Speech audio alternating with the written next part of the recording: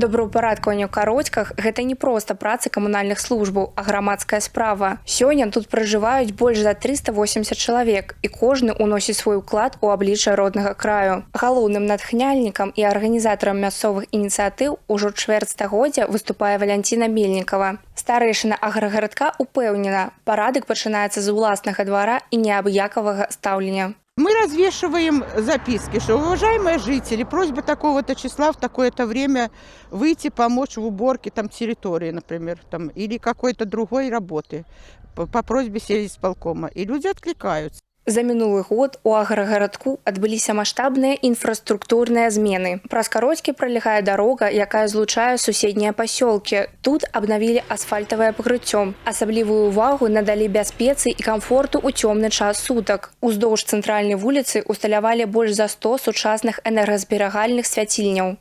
Детские игровые площадки были установлены рядышком с памятником, с Домом культуры, так как это место находится в центре. Для удобства отдыха пожилых граждан, живущих в данном агрогородке, были установлены скамейки, урны.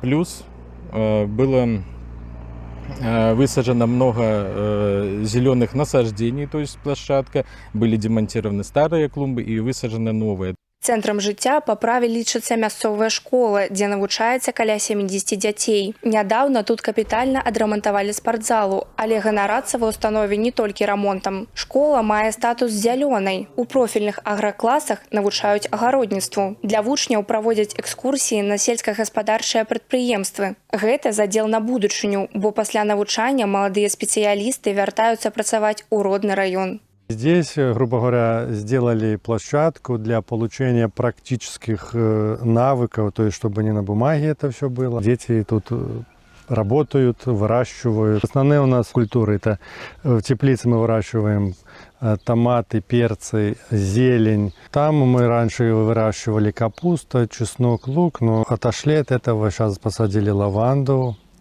малину. На дасягнутым у Кароцьках спыняцца не плануюць. У найбліжэйшых планах устаноўка вяровачнага гарадка ў парку. Перамога ў рэспубліканскім аглядзе стала для вяскоўцаў магутным стымулам рухацца далей і рабіць сваю малую радзіму яшчэ прыгажэйшай. Вікторыя Шахварастава, Александр Чарнышевіч, тэлерадыёкампанія «Гомель».